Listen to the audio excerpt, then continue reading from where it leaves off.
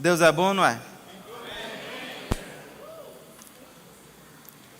Um texto tem me chamado a atenção nos últimos dias, mas eu não vou falar sobre isso, é só porque eu queria compartilhar com vocês. É lá em Êxodo capítulo 33, a partir do verso 18. Êxodo 33, não, a ministração não tem nada a ver com isso, mas é porque eu gostaria de compartilhar. Moisés disse ainda: rogo-te que me mostres a tua glória. Qualquer pessoa que tivesse recebendo esse pedido, ela ia fazer tudo para mostrar toda a glória dela, sim ou não? E realmente Deus atende ao pedido de Moisés. Ele fala, lá no verso 22, no 21 ele fala: eis aqui, disse mais o Senhor, eis aqui um lugar junto a mim, aqui sobre a penha te porás. Verso 22, e quando a minha glória passar, eu te porei numa fenda da penha, da rocha, né? E te cobrirei com a minha mão até que eu haja passado.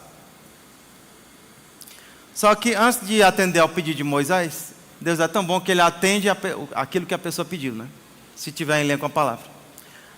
Aí Deus fala assim no verso 19: respondeu-lhe o Senhor: eu farei passar toda a minha bondade diante de ti, e te proclamarei o meu nome Jeová, e terei misericórdia de quem eu tiver misericórdia, e me compadecerei de quem me compadecer.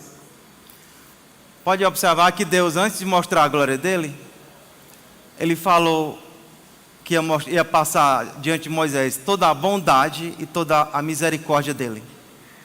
O que Davi fala lá no Salmo 23, verso 6? Certamente que a tua bondade e a tua misericórdia me seguirão todos os dias da minha vida. Eu entendo que Deus, Ele quer ser conhecido pela sua bondade e pela sua misericórdia. E Ele fala: eu me compadecerei de quem eu tiver compaixão, de quem eu me compadecer. Nós não temos o direito de duvidar da bondade e da misericórdia de Deus, em hipótese alguma, por mais que a pressão seja grande.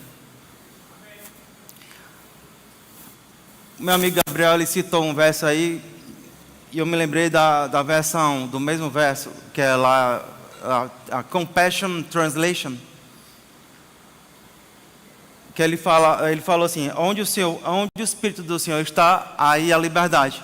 A versão a Compassion Translation, ela fala assim: aonde o Espírito Santo é o Senhor, aonde o Espírito é o Senhor, aí a liberdade.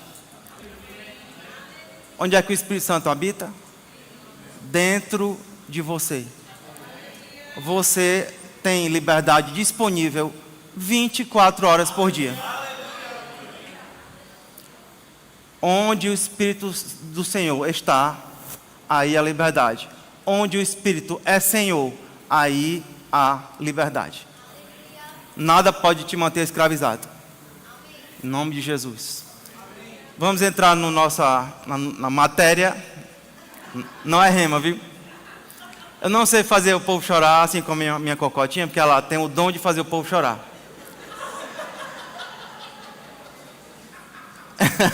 Eu choro litros aqui, eu fico todo errado, dá vontade de pedir um lencinho daqui. Eu fico com vontade de vir aqui buscar um papelzinho desse. Porque ela fica aqui, ela vem pra cá, quando ela vem pra cá, ela começa a chorar. Nesse canto aqui. Aí quando ela começa aquela vozinha dela, aí eu fico parecendo uma manteiga derretida. Ai, meu Deus. Eu não sei fazer isso. Vamos orar? Paulo diz que nós devemos orar sem cessar. Isso significa que orar nunca é demais. Pai eterno e bendito, nós consagramos esse culto a Ti. Na verdade, o culto já começou há bastante tempo. Mas nós estamos no momento mais importante, que é onde a Tua palavra vai ser exaltada. O salmista fala que Tu exaltaste o Teu nome, a Tua palavra, acima do Teu próprio nome, Pai. E nós estamos aqui para reverenciar a Tua palavra. ela está acima de todas as coisas, acima de toda tradição, acima de todo pensamento, de toda imaginação humana, Pai. Nós estamos aqui para cumprir a Tua palavra, para andar na Tua palavra, para obedecer a Tua palavra, Pai. E nós estamos aqui também para sentar ao redor da Tua palavra. Nós vamos nos debruçar sobre ela, porque nós sabemos que existe o poder do Espírito e o poder da palavra. Quando Paulo fala que toda a Escritura é inspirada, isso significa que o Senhor assoprou o Teu poder, da Tua própria essência dentro da palavra. E nós estamos aqui para extrair o poder que há na Tua palavra, Pai. Certa vez eu estava aqui ministrando aula de consagração, de história da igreja. E Deus me mostrou algo que eu nunca tinha entendido. Existem músicas que falam assim, músicas de adoração. Eu tenho fome, eu tenho sede de Ti. Aí eu pensava, como é que a pessoa pode ter sede se o Espírito Santo é uma fonte que jorra para a vida eterna e ele está dentro de nós? Eu não achava estranha aquela letra. Eu achava que os irmãos que gostavam de adoração, assim, que eram muito intensos na adoração, né? Que eles estavam equivocados. Só que Deus me falou uma coisa. Sabia que é possível existir uma fonte jorrando ao seu lado e simplesmente você não ter sede? Já pensou? Não é o simples fato de existir uma fonte jorrando ao seu lado ou dentro de você, não garante que você tenha sede. E eu declaro que vocês têm fome e sede pela palavra. Não adianta que ela esteja disponível. É necessário que haja sede. Ninguém pode ter sede no seu lugar. Nem Deus pode fazer isso. Deus disponibilizou para nós uma coisa chamada livre-arbítrio, que nada mais é do que a soberania dele compartilhada. Ele compartilhou da própria soberania dele com o ser humano e com os anjos. E ele não vai interferir. Deus não criou marionetes. Amém? Vamos para o texto base, segundo livro de Reis. Eu falo livro para não ter perigo de falar segunda Reis, porque muita gente fala errado. Eu me obrigo a falar certo. Sabia que o verbo da vida também é cultura, né? Segundo livro de Reis, capítulo 4, a partir do verso 1. Onde estão os slides, Super Mario? Pronto. Não é o slide ainda, mas tá bom. Eu estou usando a versão revista atualizada, ARA. Certa mulher das mulheres dos discípulos dos profetas clamou a Eliseu, dizendo: meu marido, teu servo, morreu. Por que ela falou teu servo? Porque ele pertencia à escola dos profetas, cujo cabeça era Eliseu, certo? Ele era o chefão da escola dos profetas, Eliseu. Aí ela falou: meu marido, teu servo, morreu. E tu sabes que ele temia o Senhor. Era um homem de Deus.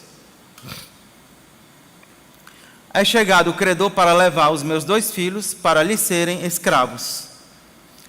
Eliseu lhe perguntou: que te hei de fazer?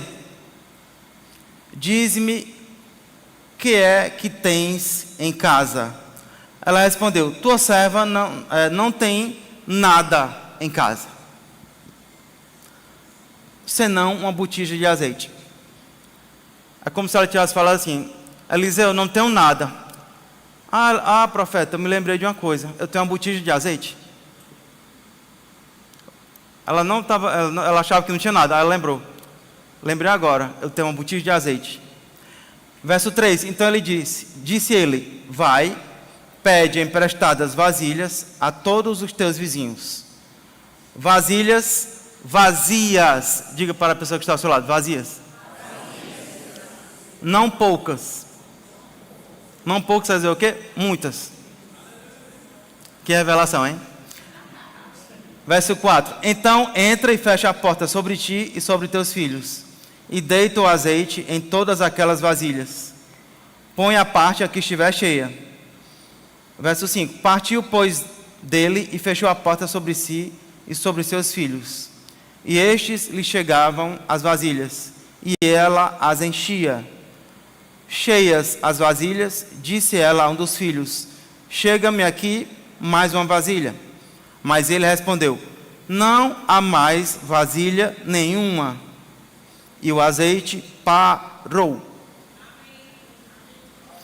Então foi ela e fez saber ao homem de Deus. Ele disse: vai, vende o azeite e paga a tua dívida, e tu e teus filhos vivei do resto. Palavras da salvação. Fala, meu Deus. Nós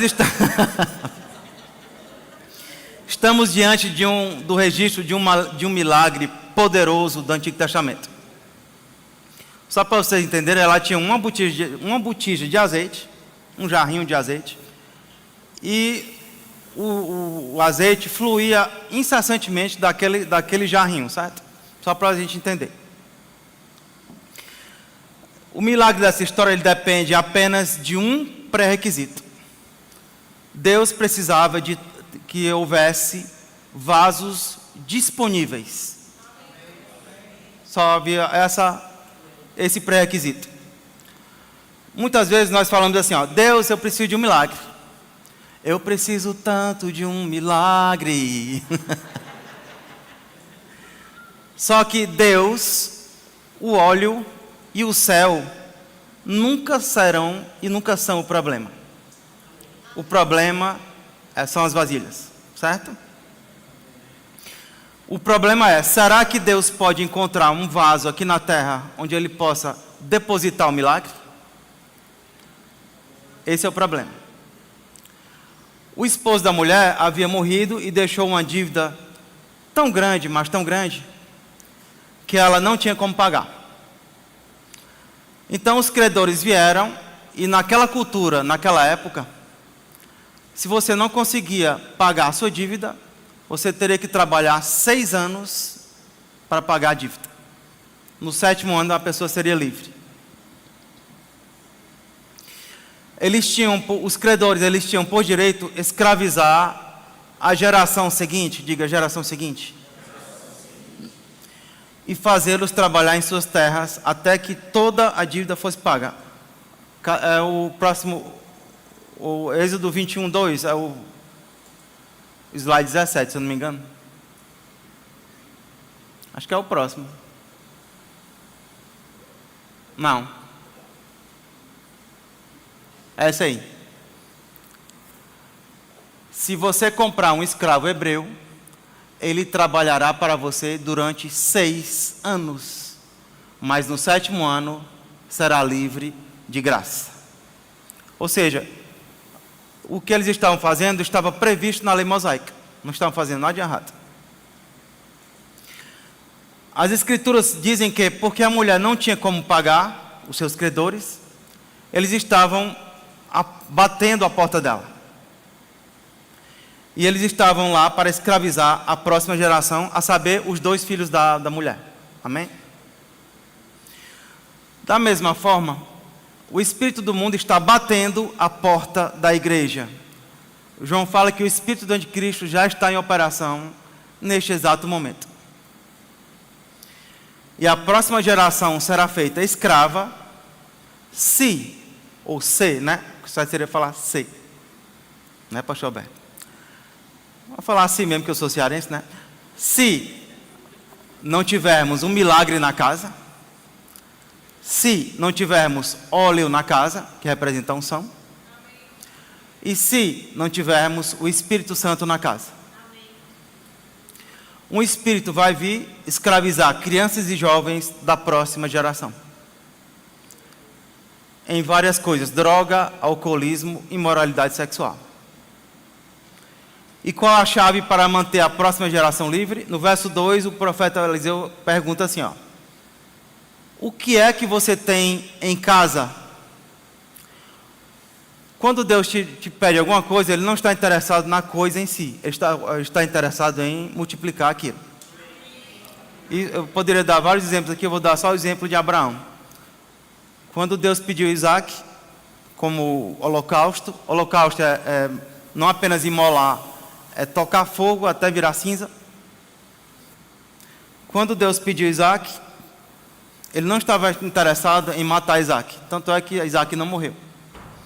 Se você olhar os versos seguintes, Deus fala assim para Abraão: por que você não me negaste o teu filho, o teu único filho? Eu multiplicarei grandemente a tua descendência. Isso eu poderia dar vários exemplos, mas só para ficar bem claro.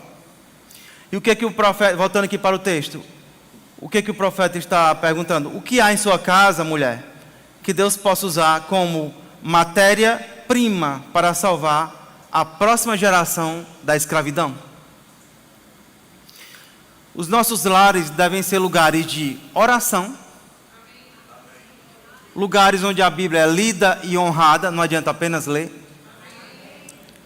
lugar de respeito e honra entre marido e esposa e para com os filhos também, e um lugar de unidade e amor. Outra forma que poderíamos perguntar: o que há na sua casa que poderia dificultar Deus de trazer a bênção para a sua família? Existem coisas que podem facilitar e existem coisas que podem dificultar a bênção.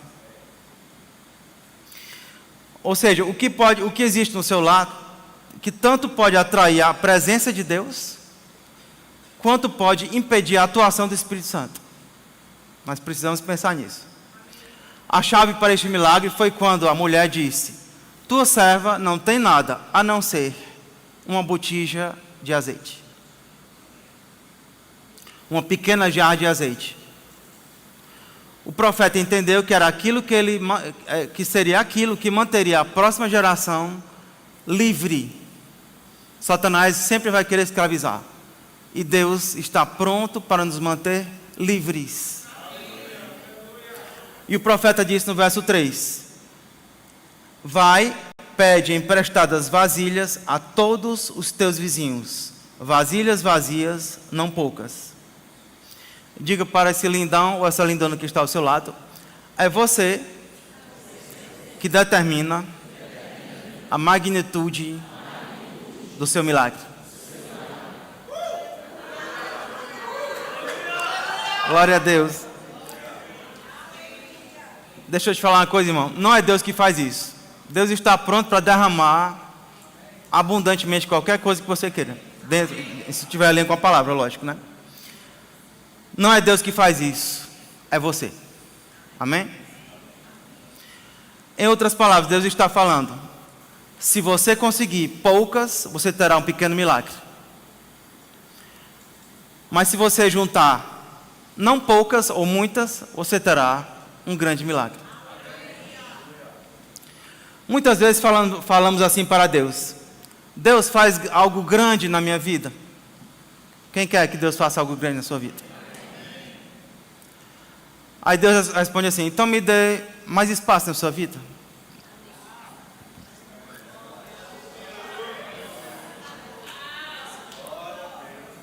O problema não está no azeite. O problema não está no milagre. O problema não está na habilidade de Deus. O problema está no pequeno espaço disponível no meu e no seu vaso. Se o único espaço que você disponibiliza para Deus é um domingo à noite, Ele não vai poder fazer muita coisa. Quanto maior o espaço que você me disponibilizar do seu vaso, Deus falando, né? Maior será a quantidade do meu óleo, da minha unção.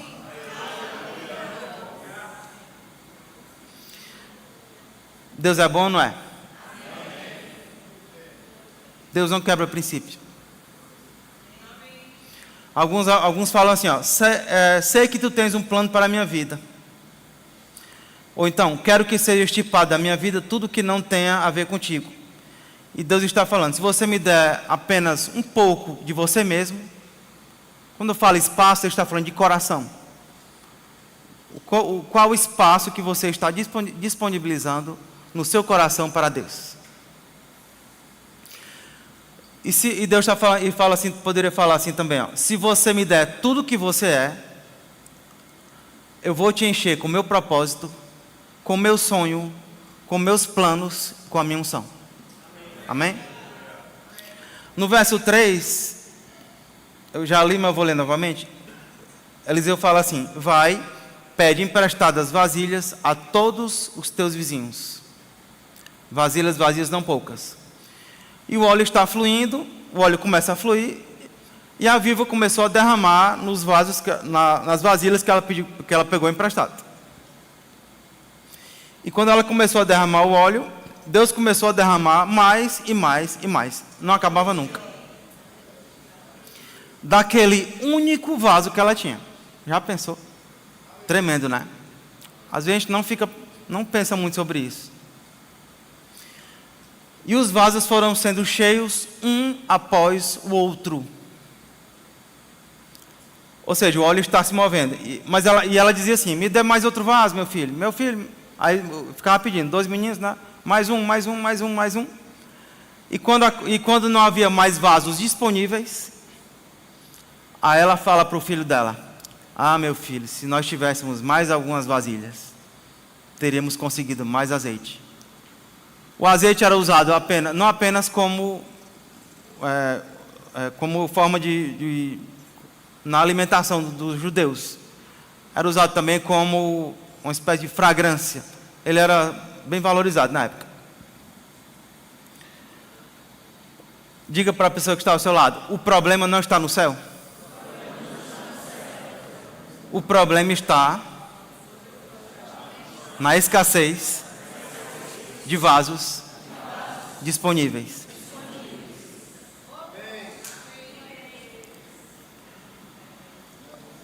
Onde é que eu quero chegar? Muitas vezes nós não entendemos, ou não conseguimos entender, que o recipiente é tão importante quanto o produto. Que a gente se acha assim, tão bichinho de Jacó. Igual aquela música, né? Você tem um valor, o Espírito Santo se move em você. Porque a música começa assim, quero que valorize o que você tem. Você é um ser, você é alguém tão importante para Deus, né? Aí ele fala, nada de ficar sentindo angústia e dor nesse seu complexo inferior, dizendo às vezes que não é ninguém, né? A gente tem essa tendência de folhinha para baixo, como dizia meu amigo, como diz meu amigo João Roberto, né? E o recipiente é tão importante quanto o produto. Amém?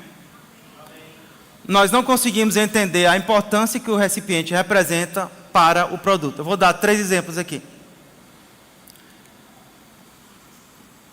Pode passar, por favor. Pronto. Imagine que você foi ao mercantil. Aqui no Ceará a gente fala mercantil, né? Lá nos outros estados ninguém fala mercantil.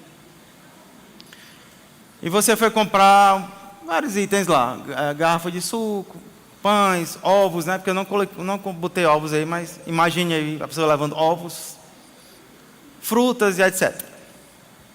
Aí você, quando vai passar no caixa, você paga lá, faz o pagamento, aí a moça fala assim, Senhor, infelizmente não temos sacolas. O nosso fornecedor de sacolas falhou com a gente. E nós não temos aquelas sacolas que são permanentes, né? Aquele material reciclado, né? Sério, moça, não vou ter. Como é que eu vou levar minhas compras? Moço, a gente não tem, infelizmente não temos o que fazer, Senhor. Aí você sai andando com suas comprinhas, com suas compras, compras. E à medida que você vai andando, você vai perdendo o domínio sobre aquelas coisas e elas começam a cair no chão. Os ovos se quebram, as garrafas de vidro igualmente se quebram. Você perde toda a sua compra porque você não tinha onde acondicionar. Amém? Diga para a pessoa que está ao seu lado, o recipiente é tão importante quanto o produto. Não é só o produto que é importante. Você precisa de um recipiente para colocar o produto. Amém? Segundo exemplo. Pronto. Imagine que você chega numa padaria. Essa padaria não é o Pão da Vida. Eu garanto que não é o Pão da Vida. Lá ninguém vai fazer isso. E nem é a primeira linha também. Um pequeno merchan, né? Um jabá. Não quero nada, viu? Ele disse. Aí você chega para a moça, para a garçonete, aí fala assim: moça, eu gostaria de tomar um café. A pergunta é: você quer tomar um café ou uma xícara de café? Porque se for só um café, ela diz: ah, você quer um café? Pois toma. Aí joga o café quente na sua cara. É assim? Ninguém toma um café. Você toma uma xícara de café. Amém? O recipiente é tão importante quanto o produto. Você precisa de algo para colocar o produto dentro.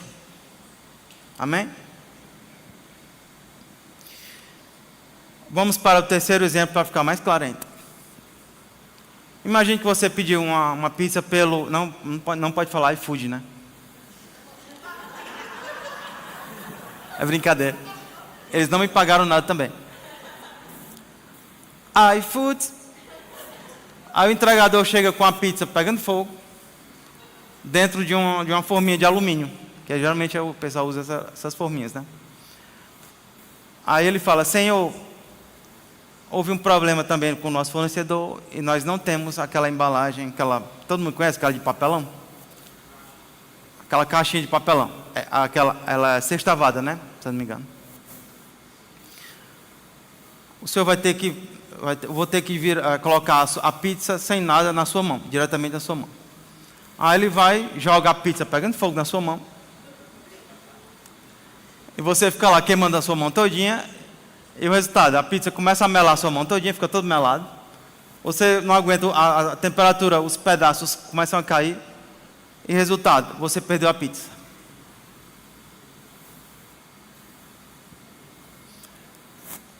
A embalagem é tão importante quanto o produto.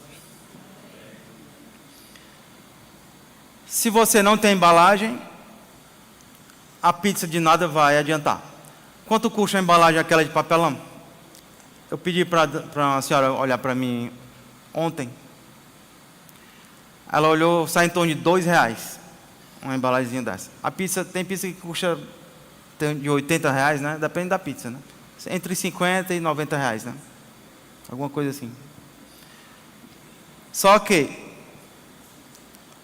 a caixa ela só adquire importância por causa da pizza. Não é o produto, não é a caixa que atribui valor ao produto. É o produto que atribui valor à caixa. Amém?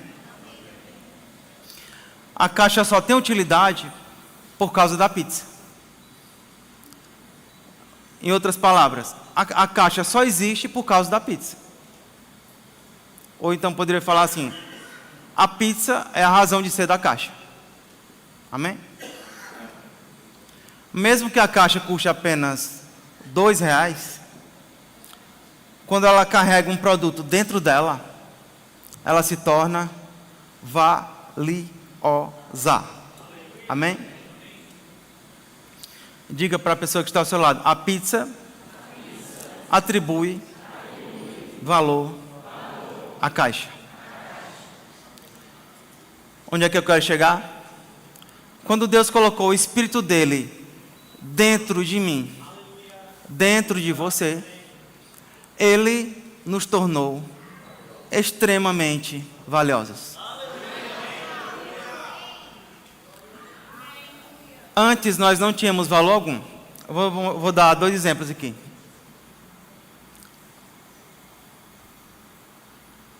Quem conhece essa história da parábola do passarinho? Não sei nem se eu vou mudar aqui a versão, mas eu aprendi essa parábola no Rema.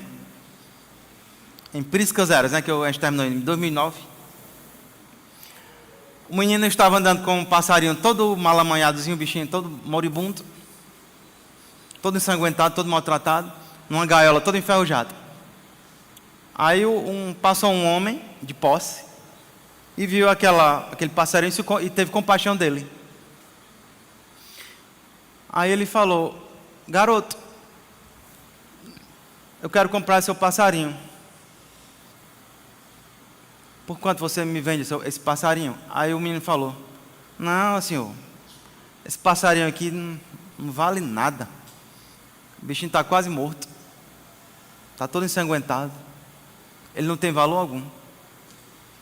Aí o homem falou: mas eu tive compaixão dele.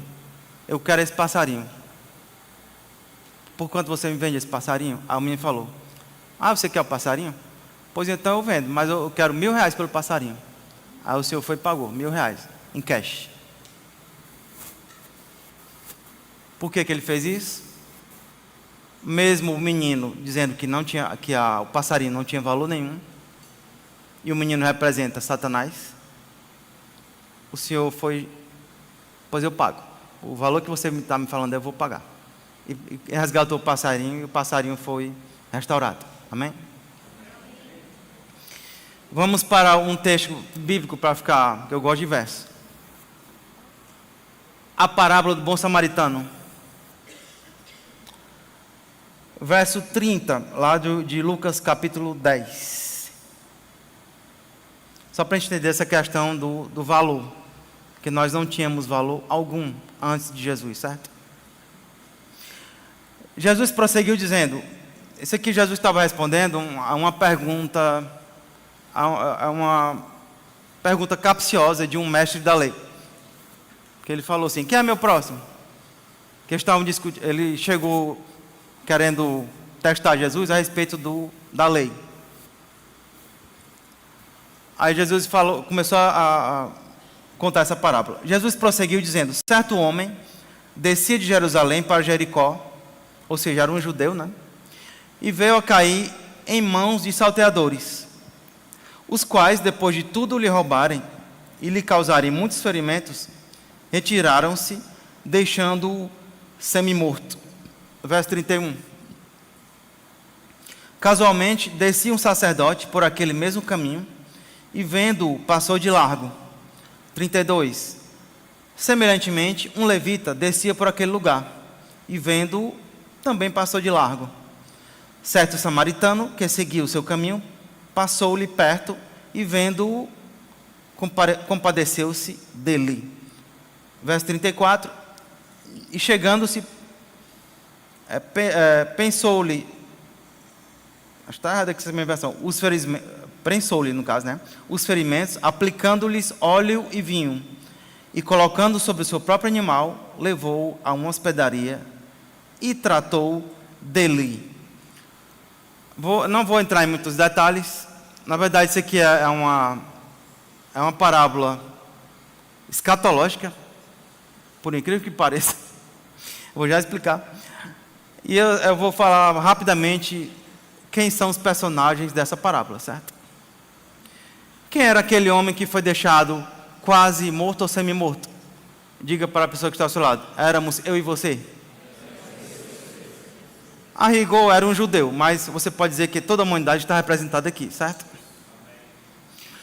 O diabo veio e roubou nossa comunhão com Deus, nossa autoridade, nos tirou da presença, porque o Éden, a palavra Éden significa, uma das possibilidades de tradução no hebraico, é presença. O diabo nos tirou da presença, ou do Éden, né? E nós ficamos sem nada, ficamos largados à nossa própria sorte.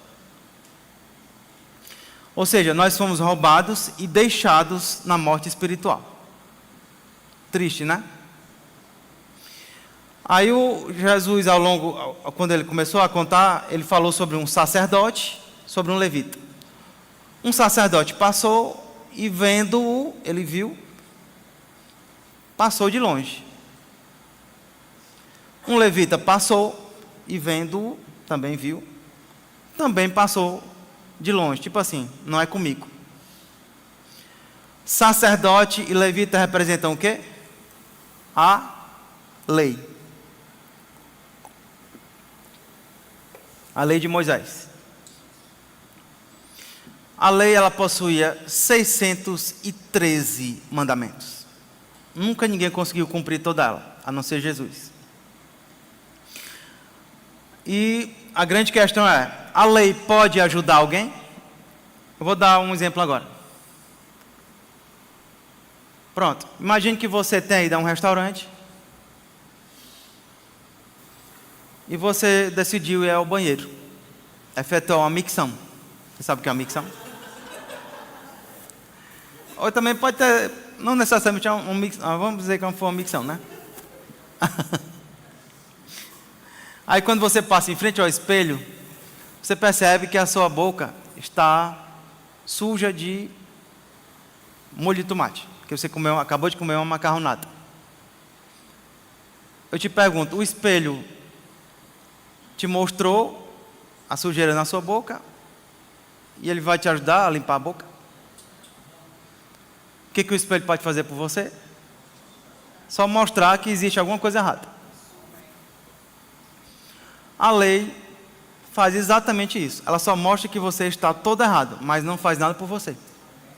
Amém? E é por isso que o sacerdote e o levita, eles passaram de largo, porque eles representam a lei. Amém?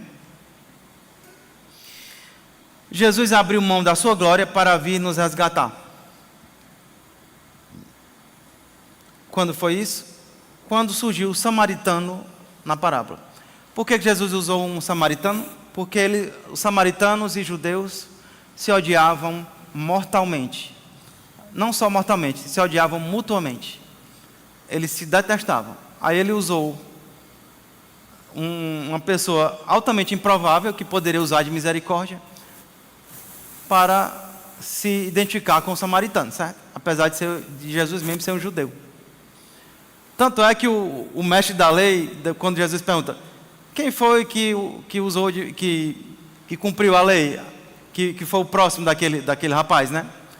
Aí o rapaz falou, ele não falou, foi o samaritano, ele falou, foi aquele que usou de misericórdia, ele nem conseguiu falar samaritano. Amém?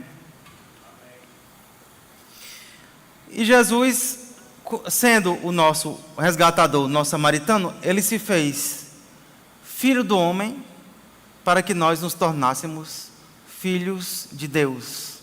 O nome disso aí se chama substituição.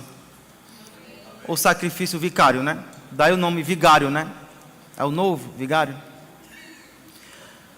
Outra coisa que Jesus fez, ele entrou no tempo, porque o tempo nada mais é do que uma rachadura na eternidade. Eternidade significa ausência de tempo, ou vácuo de tempo. Ele entrou no tempo para nos levar de volta para a eternidade juntamente com ele. A maior tragédia do inferno não é ficar queimando num lago que arde com fogo e enxofre. A maior tragédia do inferno é você passar a eternidade distante de Deus. É por isso que se chama segunda morte, porque morte significa separação. A criatura não foi feita para andar separada do seu Criador, quanto mais eternamente. Essa é a maior tragédia. E no verso 35, eu vou sair aqui do meio para não atrapalhar.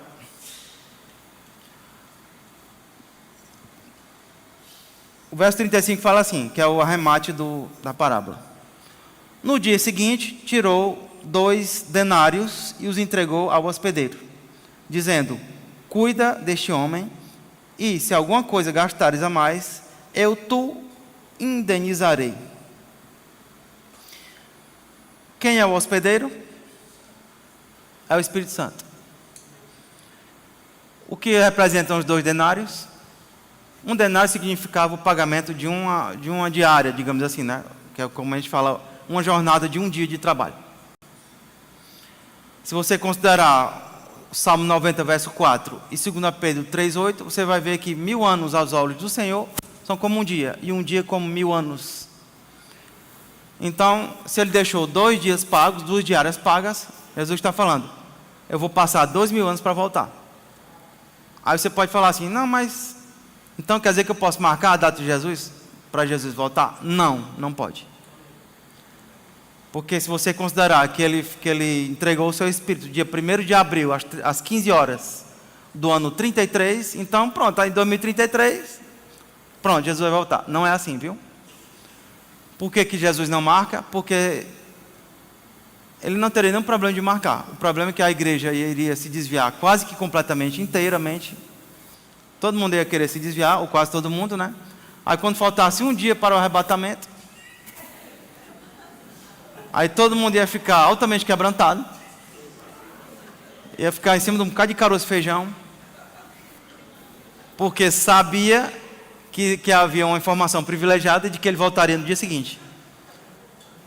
Qual é a grande característica do arrebatamento? É a iminência, não é eminência, é com I. Iminência. Amém? Não existe nenhum sinal para arrebatamento. Há quem diga que existe Ezequiel 37, mas eu prefiro dizer que não há. Que é quando fala sobre a questão do Estado de Israel que foi recriado em um dia, né? Através de um brasileiro chamado Oswaldo Aranha. Mas, escatologia, né? Não é o nosso caso. Então, os 2 denários representam 2.000 anos, o hospedeiro representa o Espírito Santo, e a hospedaria, que não está nesse verso, mas está no verso 34, representa o quê? A igreja. A igreja é a nossa hospedaria. E Jesus fala assim, ó, cuida deste homem. Sabia que o Espírito Santo está cuidando de você? Não, ninguém entendeu não.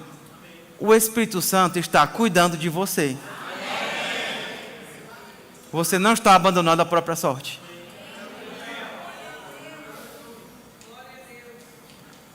Jesus deixou a recomendação, muito claramente. Cuida deste homem, ou desta mulher, né? E se alguma coisa gastares a mais, tu indenizarei quando voltar. O que eu entendo daqui? Pode ser que ele passe um pouquinho de 2.000 anos. Porque Jesus pagou diárias. Se ele gastar mais alguma coisa, eu pago. Jesus não tem problema de miserabilidade. Ele pagou com seu próprio sangue. Vamos retornar para a metáfora da pizza. Vocês já estão ficando com fome, né? É judiação isso aí. Já tem gente aí imaginando, vou comer pizza de calabresa ou marguerita. Porque eu botei a marguerita aqui, eu tinha um modelo de calabresa, mas achei que ia ficar muito, né? Ia despertar muita fome dos irmãos. Aí eu botei uma mais light, marguerita, com as folhinhas de... Ai meu Deus. Aquela bichinha amarguinha lá. Manjericão. Ah, meu Deus. Retornando aqui, né, a questão da metáfora. O que eu estou tentando passar para vocês? O problema não está no produto. A pizza está bem quentinha, não está não aqui? Saindo a fumacinha, linda, né? Deus tem o óleo, Deus tem o Espírito Santo, Deus tem o milagre, certo? Só que o milagre está à procura de um vaso. Na verdade, o milagre está procurando vasos aqui neste lugar ou aqui pela internet. Amém? E onde reside o problema? A caixa não precisa ser muito elaborada. Não precisa ser uma caixa coberta, folhada a ouro. Não precisa ser uma caixa muito sofisticada com impressão em 3D, sei lá. Não precisa ser muito bonita a caixa. Pode ser essa caixinha aqui de papelão mesmo. Está ótimo. A caixa ela só tem que preencher 2 pré-requisitos. Só 2. Qual o primeiro? Ela precisa estar vazia. Igual as vasilhas da senhora lá, da viúva lá. Qual o segundo pré-requisito? A caixa precisa estar limpa. Ninguém vai pegar uma caixa que estava lá no aterro, nem existe mais, né? Do Janguru Sul. Cheio de coisa estragada e botar uma pizza bem novinha dessa dentro. Se nós não jogaríamos algo que vai ser consumido hoje, daqui a pouco, né? E amanhã vai ser lançado em local escuso. Se nós não temos coragem de fazer isso, com uma coisa perecível, quanto mais Deus com relação ao Espírito Santo. O Espírito Santo é o que há de mais precioso que existe sobre a face da terra. Ele é o outro Consolador. Ele representa Jesus aqui na terra. Quando Jesus foi assunto aos céus, o Espírito Santo é tão precioso que ele custou a ida de Jesus. Vocês entendem isso? Porque você não vai me dizer que era ruim ficar com Jesus, que não era ruim, não. Era bom.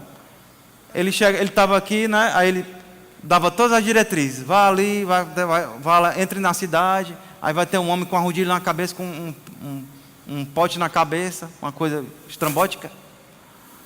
E ele dizia, faça isso, faça aquilo. E ele dava todas as diretrizes. E os discípulos ficavam maravilhosos. O nosso mestre é desenrolado. Aí, de uma hora para outra, Jesus simplesmente vai, ele conquista o nome que está sobre todo nome e vai-se embora. E os discípulos, que são os apóstolos, eles têm que aprender, assim como todos nós tivemos que aprender, a ser guiados pelo Espírito. Nós tivemos que aprender a ouvir o Espírito Santo. Amém? E voltando aqui para a questão da caixa. Se o problema está na caixa, e ela tem que estar vazia e limpa, Deus ele pergunta aqui, ele faz a seguinte pergunta: onde é que eu posso encontrar uma caixa limpa e vazia onde eu possa depositar o meu milagre? Amém? Neste exato momento, o Espírito Santo está à procura de vasos limpos e vazios. Vasos onde ele possa depositar o óleo precioso da unção. Vasos onde ele possa depositar os sonhos dele a nosso respeito. Nós temos que entender que Deus anseia por vasos onde ele possa depositar o poder, o milagre e a unção. A Bíblia diz que Deus está procurando verdadeiros adoradores. Eu te pergunto, irmão, se Deus está procurando verdadeiros adoradores, é fácil de achar? Não, não é fácil. Senão não precisaria nem procurar, né? Aí quando Deus acha um, geralmente eles são bem assim, diferentões, né? Digamos assim. Aí ainda existem uns irmãos que ficam lá reparando, para que isso? Esse irmão todo exagerado aí. Deus teve o maior trabalho de encontrar, aí a pessoa ainda vai criticar o verdadeiro adorador que Deus encontrou. Isso não é muito inteligente, viu?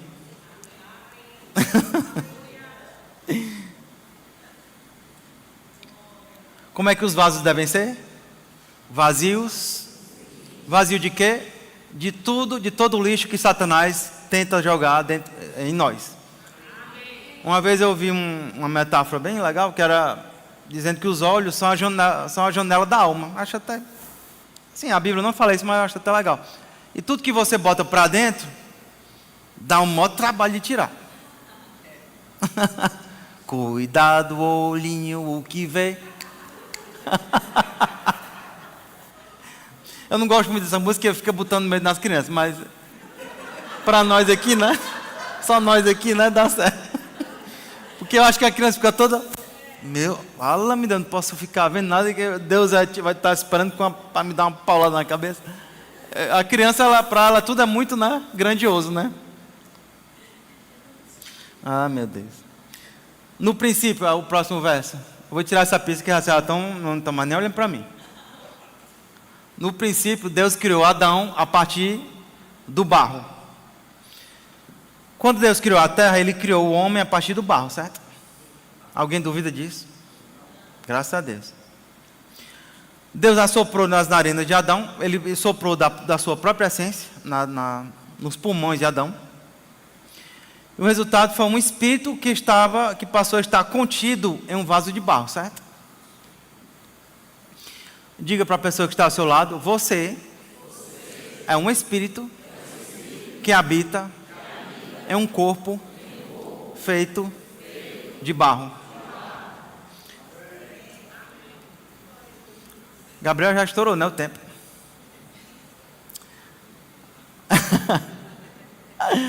Na verdade, eu ainda tenho a segunda parte da ministração e depois, eventualmente, vai dar certo.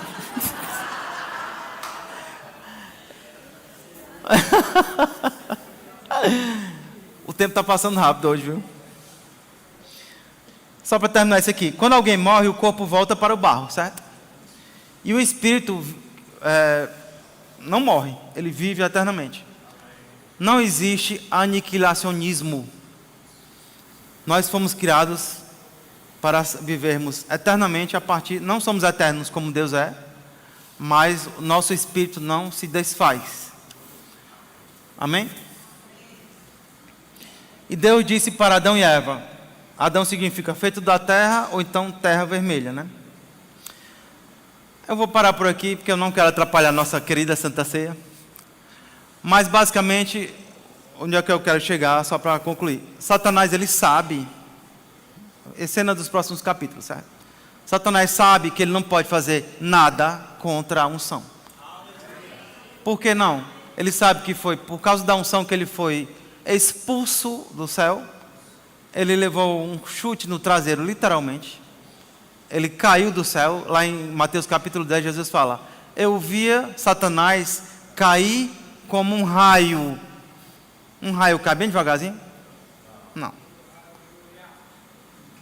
Satanás, ele sabe que não pode fazer nada contra a unção. Qual é a única arma que ele tem? Trabalhar contra o nosso corpo, que é o nosso vaso. Se eu tiver a oportunidade, eventualmente vou desenvolver esse pensamento que é muito legal, é muito profundo, né, digamos assim. Eu peço perdão aos irmãos porque eu não consegui. Mas é porque assim, é um assunto muito relevante que demanda muito tempo. Amém? Nós precisamos celebrar a ceia porque Jesus só deixou 2 ritos: batismo nas águas e Santa Ceia. E a Santa Ceia é muito importante. Eu gostaria de chamar o meu lindo filhote de criação, Gabriel Oliveira, o bonitão, para celebrar a nossa maravilhosa ceia. Amo vocês, meus irmãos. Glória a Deus.